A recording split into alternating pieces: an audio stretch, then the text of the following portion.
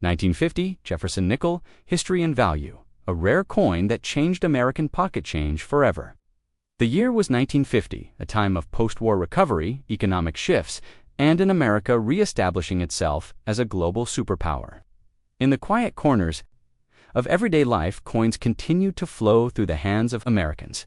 Unnoticed by most, yet in that year something subtle yet historic took shape inside the United States Mint.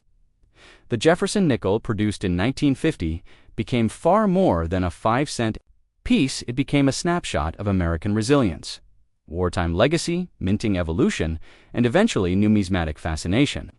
As we take a deep dive into the history of the 1950 Jefferson nickel, we uncover a story that stretches from wartime silver shortages to post-war overproduction, from the quiet halls of the Philadelphia and Denver mints to the bustling collectors' markets of today. The Jefferson nickel, first struck in 1938, replaced the beloved Buffalo nickel and honored America's third President, Thomas Jefferson. It featured a clean left-facing portrait of Jefferson on the obverse and Monticello, his Virginia estate, on the reverse.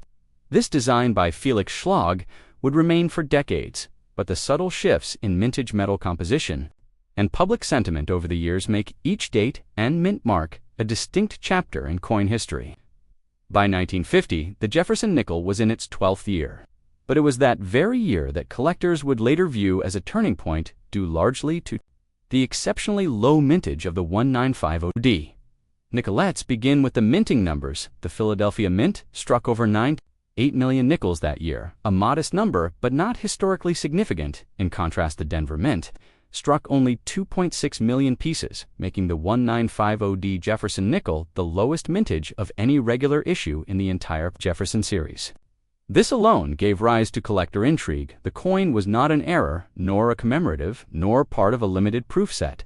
It was a business strike intended for circulation, yet its numbers remained dramatically lower than usual. This low mint did not go unnoticed. Coin collectors of the 1950s were becoming increasingly active and organized.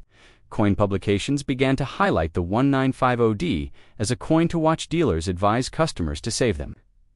Banks in some cities even refused to distribute full rolls to the public as demand surged.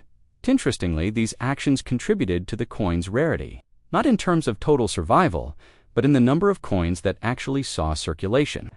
Tens of thousands of these coins were hoarded, often in original bank rolls, which were sealed and stored away. This led to a strange paradox. The 1950D Jefferson nickel was rare in circulation, but plentiful in uncirculated condition, making it one of the earliest examples of a modern coin whose value was shaped not just by its scarcity but by the behavior of collectors themselves. The 1950 became a symbol of a new kind of numismatic awareness, one driven not by ancient age or exotic errors, but by the living dynamics of mintage demand and foresight. During the 1960s and 70s, the value of the 1950D continued to rise.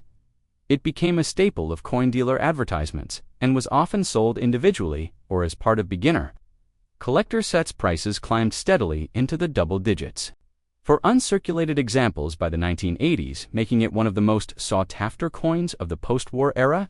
Collectors began to scrutinize strike-quality luster and even full-step definitions on Monticello to assign further premium value to high-end specimens. The 1950D taught the collector market a valuable lesson. Low mintage combined with collector behavior could drive long-term value even if the coin itself never saw heavy circulation. From a design standpoint, the 1950 Jefferson nickel carried no significant changes. Schlag's portrait of Jefferson remained intact, though over the years dies wore down and strike quality varied.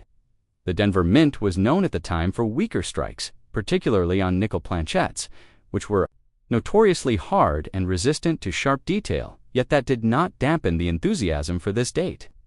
On the contrary, it created further grading opportunities for collectors, as full-step designations and near-proof-like surfaces were viewed as particularly rare and desirably. Another layer to this coin's legacy lies in its place in broader economic history. With suburbs expanding, car culture growing, and household incomes rising, Americans were entering a golden era of spending and saving. At the same time, coin collecting was gaining popularity as a national pastime fueled by coin boards, coin shows, and a growing number of books on the subject.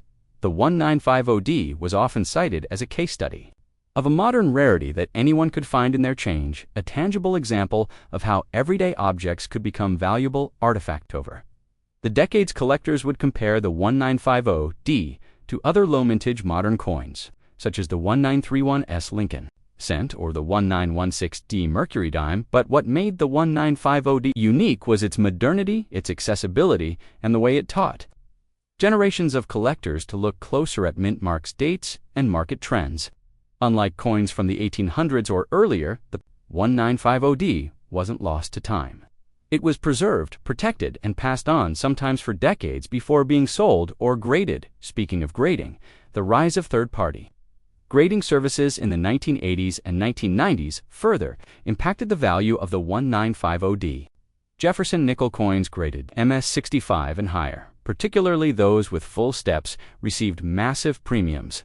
Slabbed examples became a new standard, and collectors sought out not just the coin itself, but coins with specific eye appeal surfaces and clarity. The 1950D's journey from loose pocket change to graded gem encapsulates the entire arc of modern numismatics today. The 1950 Jefferson Nickel, and especially the 1950D, stands as a classic example of a modern key date. It is not the rarest coin in existence, nor is it the most expensive, yet it holds a revered place in collector circles because of the story it tells. It is the story of timing, of community, of foresight, and of the ever-changing landscape of American coinage. Its value is as much in its historical context as in its metal content or mintage figures. If you were to open an old cigar box in your grandfather's attic and find a roll of 1950D Jefferson nickels, you wouldn't just be holding coins, you would be holding pieces of a living story, chapters of American history preserved in metal. Worth more than face value, perhaps worth hundreds or even thousands in pristine condition, but beyond that, worth something deeper as artifacts of a moment in time.